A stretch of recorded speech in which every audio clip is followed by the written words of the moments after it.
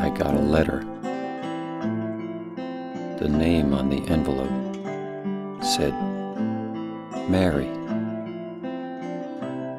My wife's name. It's ridiculous. Couldn't possibly be true. That's what I keep telling myself.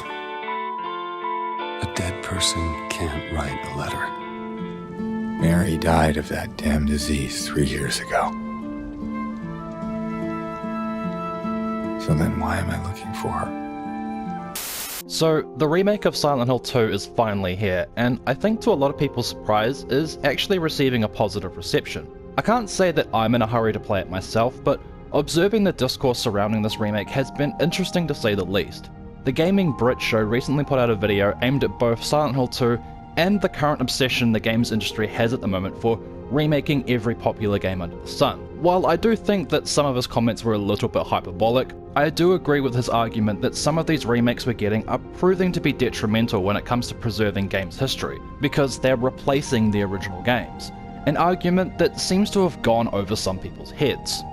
Yet today, remakes do seem to be sold as a way to catch up on something missed. So if you play SH2 Remake, don't kid yourself into thinking you've experienced Silent Hill 2. If that statement sounds at all offensive, I'm not sorry, because it's just a statement of fact. When people talk about modernizing a game for the 2020s, that's all they really seem to be talking about. Being modern is this one perspective and control scheme all new major games are supposed to have for some reason.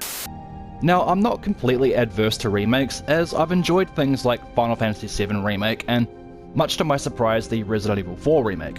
It is interesting to see how these classic games can be reinterpreted through a more modern lens.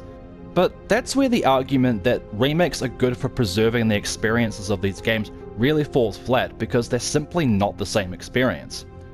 If you tell me that you've played Resident Evil 4 and you're referring to the 2023 remake, well then you haven't played Resident Evil 4, you've played the Resident Evil 4 Remake. Yeah, the remake sticks pretty close to the original framework of that 2005 game with the level design and the overall story, but it's fundamentally a completely different experience because it features new actors, redesigned locations, massive overhauls to the combat, and just the whole tone of the game is much darker compared to the original's oftentimes campy B-movie vibe. It's been 6 hours since our last transmission. I was starting to get worried. Don't you mean lonely? You've been radio silent for 3 hours. Are you all right? Yeah, I'm fine. Won't let it happen again. You're no fun. It's the same thing here with the Silent Hill 2 remake. The overall story is still the same, but everything else has completely changed. You're not playing Silent Hill 2, you're playing a transformative remake based on Silent Hill 2. Like with Resident Evil 4 Remake, there's new actors, the camera perspective has shifted, and the combat has been redesigned, along with the exploration of the town being completely different. These are literally two completely different games, and you're not going to have the same experience with the remake that you did with the original, outside of the general familiarity evoking feelings of nostalgia. This, of course, leads to the argument that the original games are still there if you don't like the remakes. And when it comes to Resident Evil 4 and Final Fantasy VII, yeah, that is completely true. If I didn't like the remakes, I can still play the original versions of those games because they're readily available on modern consoles and on PC. Heck, Capcom even released updated ports for the original Resident Evil trilogy on Good Old Games recently. Huh? What's with you all of a sudden? That's not the case with Silent Hill 2 though, as there is no legal way to purchase and play that game now outside of this new remake. And the only other Silent Hill game available on Steam is Homecoming, arguably the worst game in the series. That's the argument that the Gaming Brit was trying to get across, that this remake of Silent Hill 2 is replacing that original game, not preserving it. And it's a precedent that's slowly seeping into the industry, like with the Grand Theft Auto Definitive Edition trilogy now being the only way you can buy those old GTA games, because Rockstar delisted the original versions. Same with the original Crysis, you can now only buy the remaster on Steam. And the thing is, there are remakes and remasters that do preserve the original games, like Halo the Master Chief Collection allows you to toggle back and forth between the old graphics, and that remake of Medieval back in 2019 came with an unlockable port of the original PS1 version. I don't really understand why every remake can't do this, especially something like the Shadow of the Colossus remake that is literally running the original PS2 game code underneath the new graphics engine. how hard would it have been to also include a playable version of the original game, which they had remastered for PS3 before they remade it?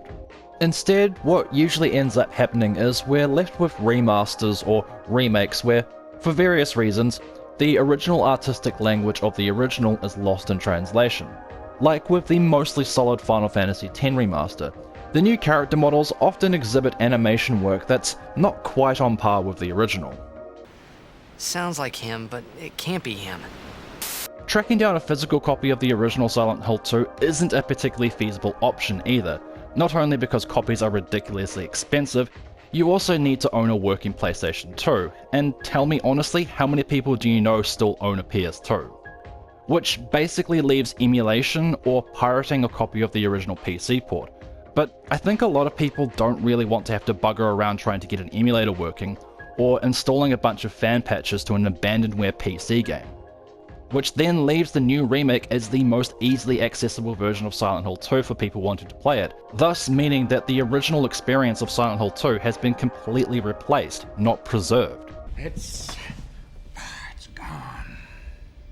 This video isn't me trying to say that the Silent Hill 2 remake is bad, or that remakes in general are bad, since I've enjoyed a few of them. From what I've seen, it actually looks pretty decent. It's just that I think the Gaming Brick was right about how these kind of remakes are unfortunately becoming replacements for those original experiences, and how that somehow went completely over some people's heads is a bit worrying when considering the preservation of games history. As I said before, if you only play the Silent Hill 2 remake, then you haven't played Silent Hill 2. You've played the Silent Hill 2 remake, as they are two completely different experiences. It's nice to have a remake, sure, but it would be just as nice if we could all still play the original game as well. I will buy it, Konami. I know how much you guys love money.